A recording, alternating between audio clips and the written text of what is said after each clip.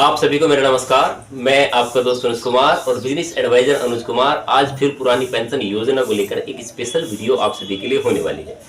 जैसे कि आप सभी जानते हैं, अभी धीरे धीरे कर सभी के जो है घोषणा पत्र आप सभी के सामने आ रहे हैं, लेकिन मेरा मुद्दा वही है पुरानी पेंशन योजना का, जो आप सुनते आ रहे होंगे कि पुरानी पेंशन योजना कौन सी पार्टी देगी। आखिर हर पार्टियां, हर व्यक्ति इस समय पर पुरानी पेंशन देने के लिए मना कर रहा है। क्यों मना कर रहा है? क्योंकि वे अपने घोषणा पत्र में शामिल इसको नहीं कर रहे हैं। तो आज जो स्पेशल खबर है वो आप अगर अंत तक देखते हैं तो वाकई ही आपको दिल दहलाने वाली खबर होगी और रोंगटे खड़े कर देगी आपको। आप ये सोच रहे होंगे वीडियो को देखकर कि जो ये खबर तो मैं आपको बताने वाला हूं वो 2004 से और 2024 के बीच की होगी, लेकिन आपका सोचना गलत है। मैं जो आपको खबर बताऊंगा 19वीं सदी की, जो पुरानी पेंशन योजना की जड़ जहां से शुरू हुई। इस वीडियो में स्पेशल क्या रहेगा, आप वीडियो को अंत तक देखेंगे तो आपकी समझ में आ जाएगा। अब मैं जो आपसे बताने वाला हूं वो वाकई ही निर्णायक होगा। अगर आप चैनल पर पहली बार आए हैं तो चैनल को लाइक एंड सब्सक्राइब जरूर करें।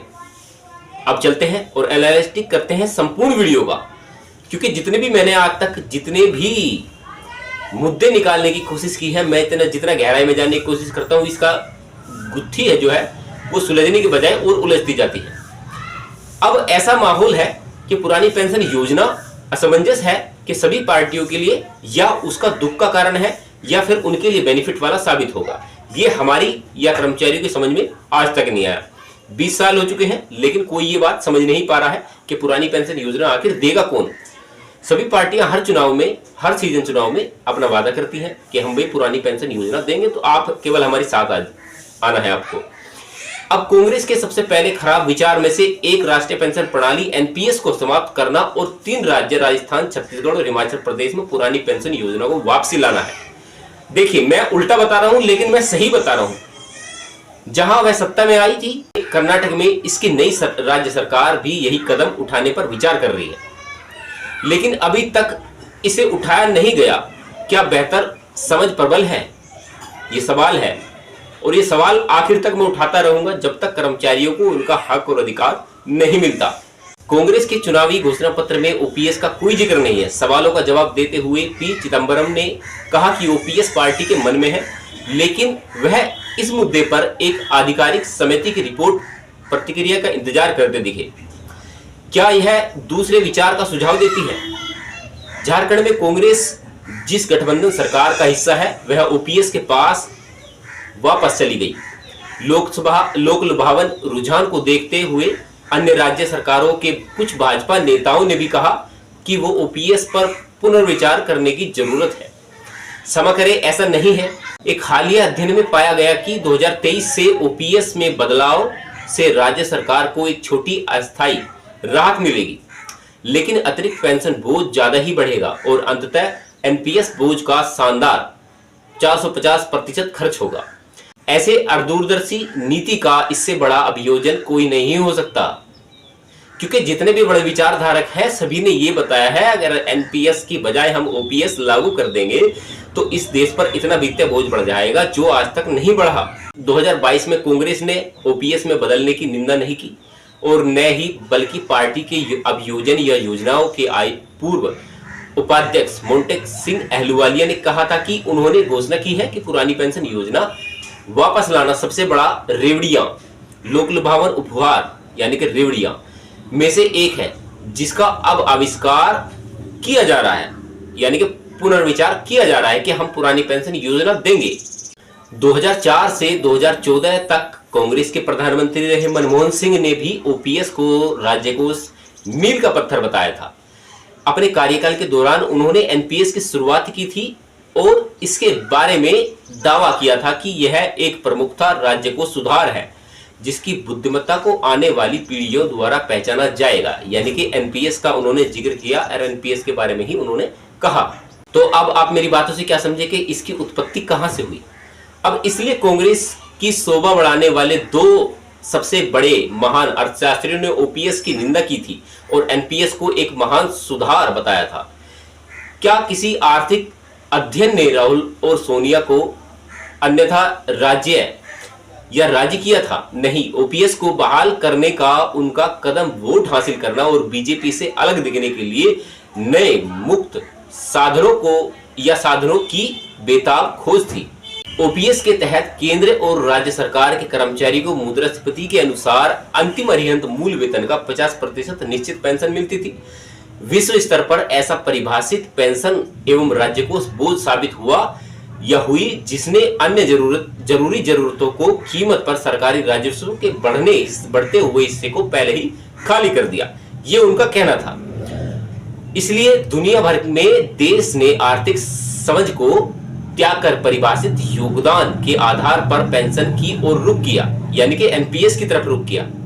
एनपीएस का लक्ष्य भी यही करना था। यह 2004 की शुरुआत से सरकारी सेवा में शामिल होने वालों पर लागू होती है।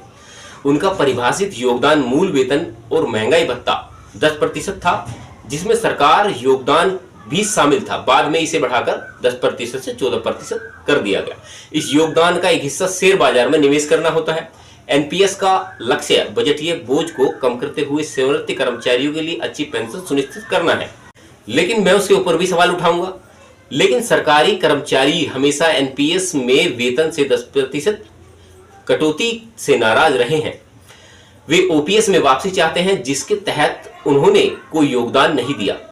उन्होंने भावी पीढ़ी की कीमत पर लाभ उठाने की कोशिश की। उनका रवैया मौक जैसा था, जिन्होंने प्रसिद्ध रूप से कहा था कि मुझे भावी पीढ़ी के बारे में चिंता क्यों करनी चाहिए, भावी पीढ़ी ने मेरे लिए आखिर किया क्या है। अब एक आंकड़े हैं जो आपको बताना चाहता हूं, क्योंकि मैंने आपसे कहा था स्टार्टिंग में जो मैं आपको आंकड़े बताऊंगा वो 19वीं सदी के बताऊंगा, जहां से इसकी उत्पत्ति हुई है। सभी लोग ये जानते हैं कि 2004 में या 2003 में इसका संशोधन हुआ और 2004 से एनपीएस लागू है। 2004-05 में इसको अमल में लाया गया। केवल इतना ही जानते हैं। अब मैं आपको जो बताने वाला हूं वो वाकई ही स्पेशल और शॉकिंग होने वाला है। 1990-91 में केंद्र पर पेंशन बिल, आप ये बात याद रखना मेरी, 1990-91 में केंद्र का पेंशन बिल जो था 3272 करोड़ था और राज्यों का बिल था 3131 करोड़ रुपए। 2020 और 21 तक केंद्र का बिल 58 गुना बढ़कर 1,90,0886 करोड़ रुपए हो गया और राज्यों का बिल बढ़कर 125 गुना बढ़कर 3,86,000 हो गया। एनपीएस का लक्ष्य राज्य कोष आत्महत्या की ओर बढ़ रहे इस कदम को खत्म करना है। तकनीकी भाषा में कहें तो ओपीएस वित्तीय राहत है। आय का ऐसा प्रवाह सुनिश्चित करने के लिए कोई कोष नहीं बनाया गया जो भविष्य की पेंशन का भुगतान करके या करने के लिए पर्याप्त हो। ओपीएस एक भुगतान करता है या भुगतान करने वाली प्रक्रिया है या प्रक्रिया थी, अब तो थी कहेंगे, ओपीएस तो है ही नहीं, जहां वर्तमान करदाता लगातार सेवानिवृत्त लोगों की पेंशन का विपोषित करते थे।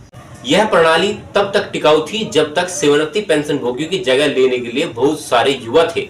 लेकिन दुनिया भर में प्रजनन दर प्रतिस्थापन दर से नीचे गिर गई और इसलिए भविष्य की पीढ़ियों की संख्या सेवानिवृत्ति होने वाली तुलना में कम होगी। ऐसी परिस्थितियों में परिभाषित पेंशन युवा करदाताओं पर असहनीय बोझ डालेगी। कुछ मामलों में पेंशन बिल सरकार के संपूर्ण वेतन बिल से अधिक हो जाता है। इसलिए दुनिया भर के देश एक परिभाषित पेंशन से एक परिभाषित पेंशन योजना या योगदान को एक फंड के स्थानांतरित कर रहे हैं। इस फंड को आय का एक स्रोत उत्पन्न करने के लिए सरकारी बॉन्ड और इक्विटी में निवेश किया जाता है, जो भविष्य की पेंशन को वित्त पोषित करता है। यह एनपीएस का उद्देश्य है। यह सुनिश्चित करता है कि बढ़ती पेंशन लंबे समय से असहनीय बोझ पैदा नहीं करेगी। अफसोस, राहुल गांधी वोट हासिल करने के लिए सरकारी कर्मचारियों की टोपी पहना रहे हैं या उनकी टोली में कूद पड़े हैं। यह अल्पसंख्यक, अवसरवादी और गंभीर सोच का अभाव था। क्या ओपीएस की वापसी, जो सरकारी कर्मचारियों के लिए एक मुफ्त उपहार थी, दिसंबर 2023 में राजस्थान और छत्तीसगढ़ के राज्य चुनावों में कांग्रेस की जीत सुनिश्चित थी? नहीं, दोनों राज्यों में पार्टी की हार हुई। यह चुनाव सबका एक साथ प्रदर्शन था। हालांकि मुफ्त चीजों में प्रतिस्पर्धा चुनावी राजनीति का हिस्सा हो सकती है, लेकिन वे नवीन विचारों और प्रदर्शन का विकल्प नहीं हो सकते। कांग्रेस को उस सबक को आत्मसम्मत करने की जरूरत है। तो जहां तक मेरा विचार था मैंने आपको बताने की कोशिश की है। और जो इसके जनक हैं, जो इसके जन्मदाता हैं, आज उन्होंने भी कहा है कि हम जो पुरानी पेंशन योजना नहीं देंगे, हम केवल अपने दिमाग में रखेंगे। तो मुझे कर्मचारियों के ऐसे मैसेज आए हैं जो कि आप को छोड़िए मुझे सोचने पर मजबूर कर दिया कि वाकई जो इस देश की राजनीति है वो किस आधार पर टिकी हुई है, या कौन लोग हैं जो भाई अब कर्मचारी 20-20 साल का अंदर से झेल रहे हैं इस चीज को, तो फंडिंग तो लगती है। तो आखिर राजनीतिक पार्टियों की जितनी फंडिंग तो किसी कर्मचारी के पास होगी नहीं, ये बात तो आप मान लीजिए। लेकिन लास्ट में और अंत में मैं आपसे इतना ही कहना चाहता हूं कि जो भी मैं आपको बातें बताने की प्रयास कर रहा हूं वो केवल और केवल एक ये मान सकते हैं आपके अपनी तरफ से ओपिनियन जो दिया है मैंने, वो कहीं ना कहीं आपके हक और अधिकार के लिए दिया है। क्योंकि सभी पार्टियां आज के समय में अपनी राजनीतिक रोटियां सेकने पर लगी हुई हैं कि किसी न किसी प्रकार से कर्मचारी हमारे झांसे में आ जाए, बस इससे आगे कुछ नहीं है। अभी चुनावी सीजन है, सभी लॉलीपॉप देने की कोशिश करेंगे। अगर आपने ले ली तो ठीक है, नहीं है तो कोई बात नहीं, मिलना अभी कुछ नहीं है। जितना भी इस वीडियो को आप लाइक और शेयर एंड चैनल को सब्सक्राइब जरूर करना, क्योंकि ऐसी नॉलेजेबल वीडियो आपको और कहीं नहीं मिलेगी। मैं आपको गारंटी देता हूं कि ऐसे ऐसे कैलकुलेशन मैंने अपने चैनल पर अपलोड किए हैं। देखिए, आप अभी वीडियो छोड़िए मत, मैं आपको बताने वाला हूं, वो बात मेरी आप सुनकर जाना कि जो कैलकुलेशन मैंने दिए हैं और बिल्कुल सही और सटीक और 100% परफेक्ट बैठे हैं। तो चाहे आप कोई भी वीडियो उठा के देख लीजिए, वो 2 या महीने बाद या 1 महीने बाद वो नियम, वो कायदा या वो संशोधन जरूर हुआ है। इसी वजह से मैं जो अपडेट देता हूं आपको बिल्कुल एडवांस में देता हूं, क्योंकि कर्मचारी इस समय पर कहीं धरना प्रदर्शन नहीं कर सकते। देश में आचार संहिता लगी हुई है, तो ऐसा कोई कमेंट्स भी ना करें जो किसी पार्टी को आहत करे, या कोई ऐसा आप इसमें अपशब्द ना बोले किसी को जो कि आपके लिए भी एक मतलब कष्टदायक साबित हो। और जो ये छोटा सा चैनल है, आप ही लोगों का चैनल है, आप सब्सक्राइब करेंगे तो आप ही का चैनल है। कर्मचारियों के रिलेटेड सारी वीडियो इसी पे मिल जाएंगे आपको, तो इस चैनल पर कोई फर्क ना पड़े। ऐसा कमेंट्स मत करना। अब मिलते रहेंगे आपसे। और हाँ, अगर आप स्कूल बनाने के लिए कुछ हेल्प करना चाहते हैं तो नीचे जो गूगल पे नंबर आ रहा है, यूपीआई नंबर आ रहा है, उस पर जो आपका योगदान हो वो कर सकते हैं। और मैं हमेशा आपसे मिलता रहूंगा ऐसे ही नॉलेजेबल मुद्दे के साथ। बस आप अपना ख्याल रखना। तब तक के लिए जय हिंद, वंदे मातरम।